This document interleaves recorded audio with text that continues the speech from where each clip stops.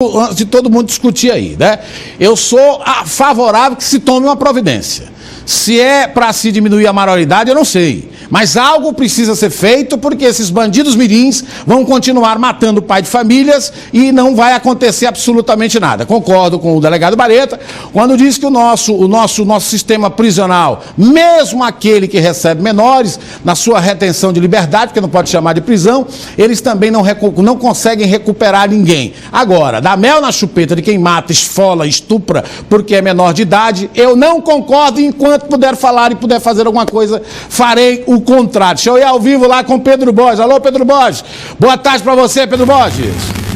Boa tarde, Silas. Nós estamos exatamente em frente ao 4º DP, aqui no Parque Piauí, ao lado com o delegado Anchieta Pontes. Também com certeza é uma das autoridades públicas de segurança que tem trabalhado bastante aqui nesta região, porque é uma das mais perigosas e os números com certeza traz toda essa realidade. São vários assassinatos, enfim, e agora a execução, latrocínio contra um vigilante, as pessoas já estão presas, enfim, ele estava acompanhando atentamente as reportagens. Boa tarde, delegado Anchieta Pontes. Boa tarde.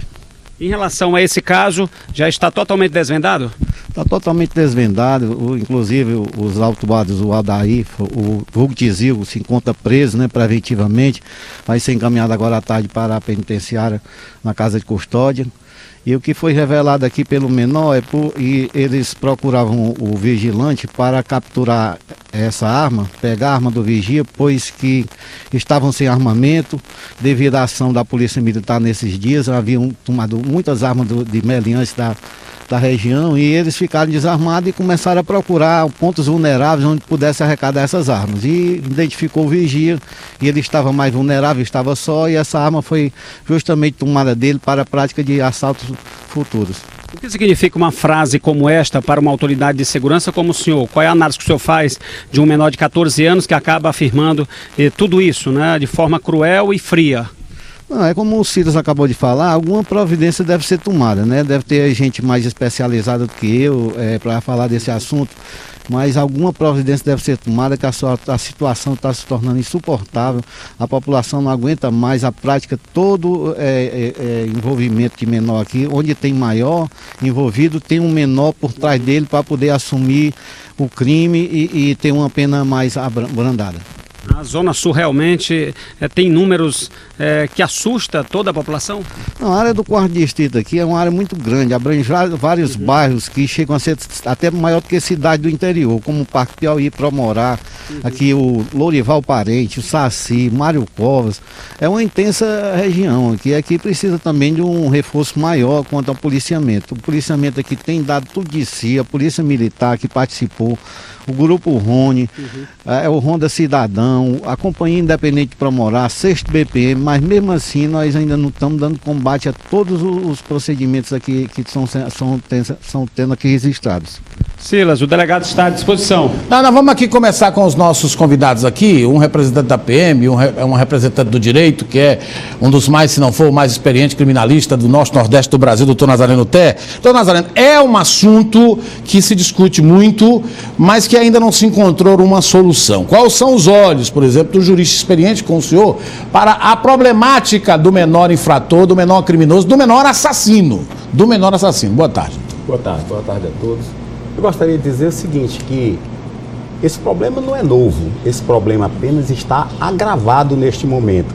Nós estamos vivenciando momentos de insegurança, porque esse problema que já vinha de muitos anos para cá, o menor abandonado, o menor infrator, isso já vinha caminhando há muito tempo, Silas, mas agora está tomando forma que não se aceita, não se pode mais conviver com isso. Nós estamos quase uma guerra civil. Verdade. Está instalada uma guerra civil. Situação difícil, né?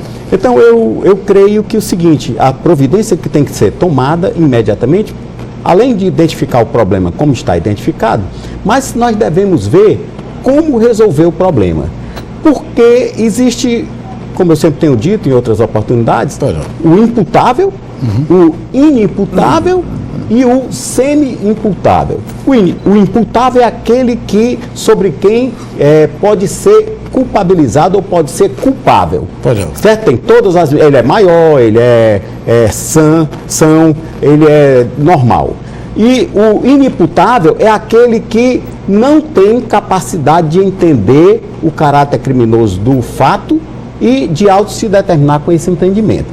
O que é que acontece com a figura intermediária? É aquele que não é inteiramente incapaz, mas ele tem uma deficiência mental ou tem uma imaturidade, que seria o caso de se colocar esse tipo em cima dos menores. Agora, vamos ver o seguinte, Bareta disse uma coisa muito interessante, que às vezes a gente quase nem espera de uma autoridade que está do outro lado, está na repressão, né? Mas ele disse uma coisa muito interessante, tem que ter estrutura do Estado. Olha, o sistema prisional dos maiores está falido. É uma experiência terrível. É nocivo, eu posso dizer a você, que o sistema penitenciário para os maiores é nocivo à sociedade.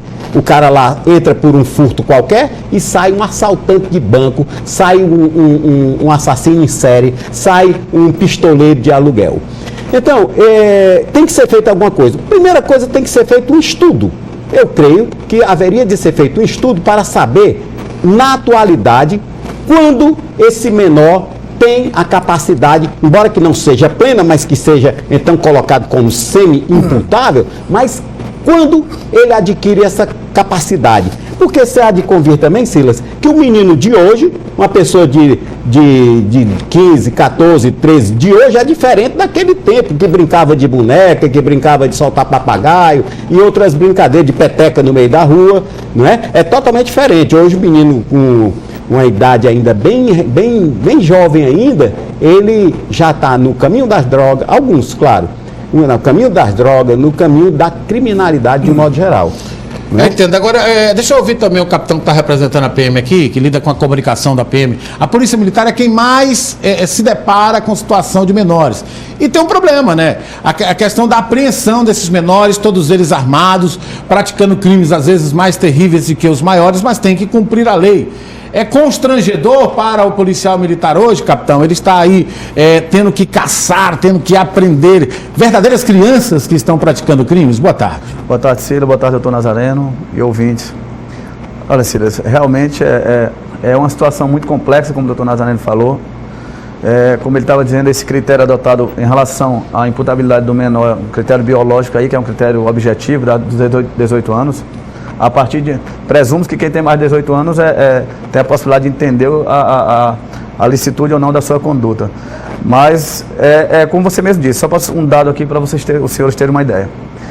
A Polícia Militar, desde o início do ano, nós já apreendeu mais de 500 armas, ou seja, dá uma média de mais de 2 armas por dia. Pois não. E os dados que me foram repassados antes de vir aqui para a entrevista é que de cerca de 60% das apreensões são com menores. Quer dizer, o que acontece? Se torna um movimento cíclico. O menor que você apreende hoje, amanhã ele já está novamente na rua e novamente apreendido. Não estou aqui também querendo dizer que poderíamos atribuir a culpa à entidade A, à entidade B, não. Acreditamos que o problema ele é bem mais complexo do que isso. Deve haver um engajamento, não só do poder público, mas de toda a sociedade através das suas organizações de sociedade civil. Porque, em relação à Constituição mesmo, o doutor Nazareno sabe aqui, nós temos lá no artigo 228 a questão da inimputabilidade relativa ao menor de 18 anos como uma cláusula pétrea. Então nós acreditamos que não seja possível juridicamente só com a convocação de uma nova Constituição. Exatamente. Agora, nós entendemos que tem que haver aí um estudo, um debate sério sobre isso, e rever aí o Estatuto da Criança e do Adolescente está aí, a sua aplicação está vigente, mas se não está surtindo efeito, tem que haver uma modificação para que a gente possa ter uma resposta imediata dessa situação que a população já está cansada de todo dia ouvir a mesma história. Alguém tem que levantar essa bandeira, sabe, Silas? Nós aqui, por exemplo, o Meio Norte, sistematicamente está trazendo esse assunto, está fazendo com que as pessoas reflitam sobre essa situação que nós estamos atravessando, situação de insegurança. E isso é o que se pode fazer aqui dentro do Estado. Mas os nossos representantes também, apesar de ser pequeno número em relação a outros estados. Mas são vozes. Mas teria que estar lá dizendo, olha, está havendo isso aqui, cadê os discursos? Porque se fizeram discurso a esse respeito, pois traga, mande os boletins para que a gente possa tomar conhecimento, para que a sociedade possa participar, porque tem que haver alguma coisa, tem que haver um estudo, tem que haver uma solução para a situação. O direito, ele é dinâmico, ele não pode parar, e do jeito que está, o direito está parado há mais de 60 anos. Com essa situação do menor na situação que está. Agora, tem que haver, o Estado tem que se socorrer de uma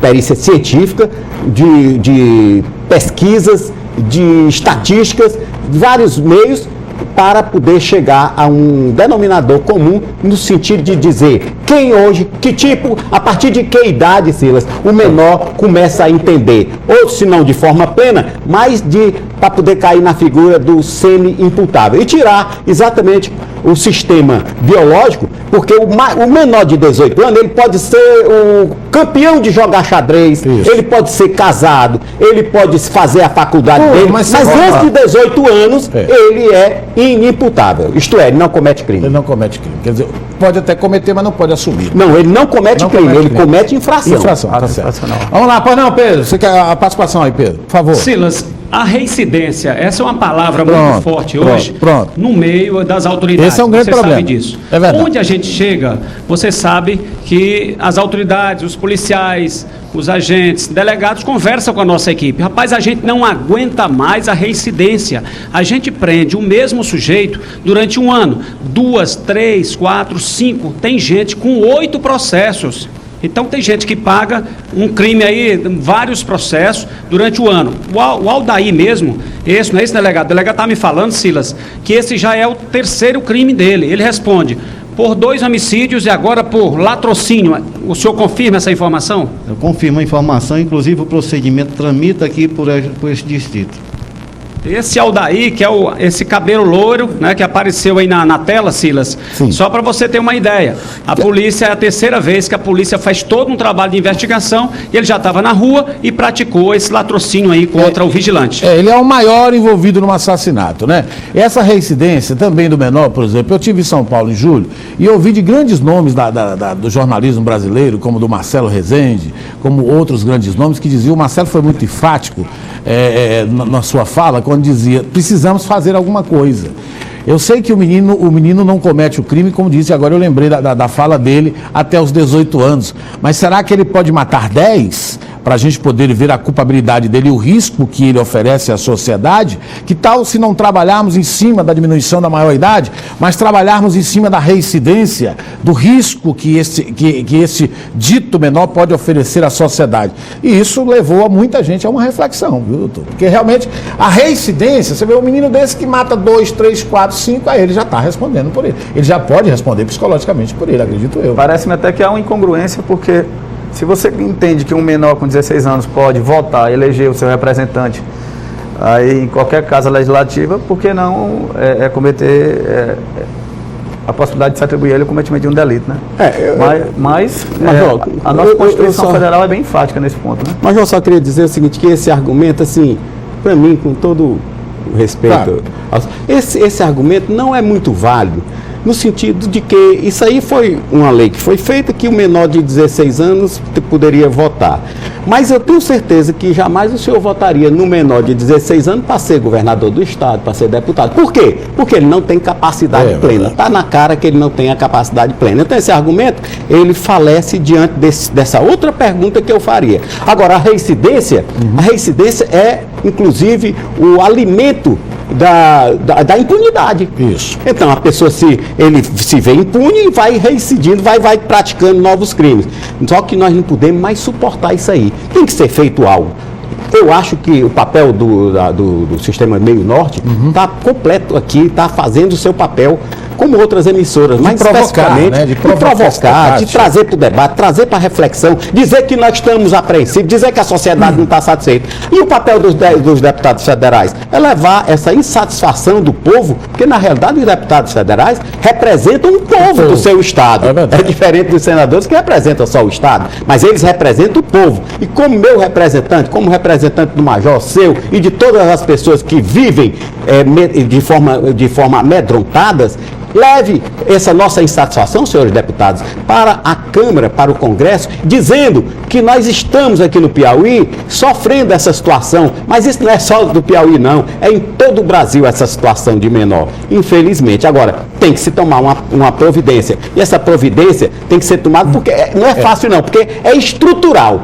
Prender o menor e botar onde? Fazer o que com esses menores? Mesmo que haja uma redução da pena, vai fazer o que se o sistema dos maiores antigos não funciona? É uma universidade do crime, é um aperfeiçoamento do crime. Eu lhe digo porque a minha vida tem sido dentro do sistema prisional, dentro do sistema penal e principalmente dentro da justiça no lado criminal. Agora, esse dado de que 60% das armas apreendidas em Teresina são apreendidas com menores é assustador, viu? Porque a gente sabe que o menor com a arma na mão é muito mais perigoso do que um adulto.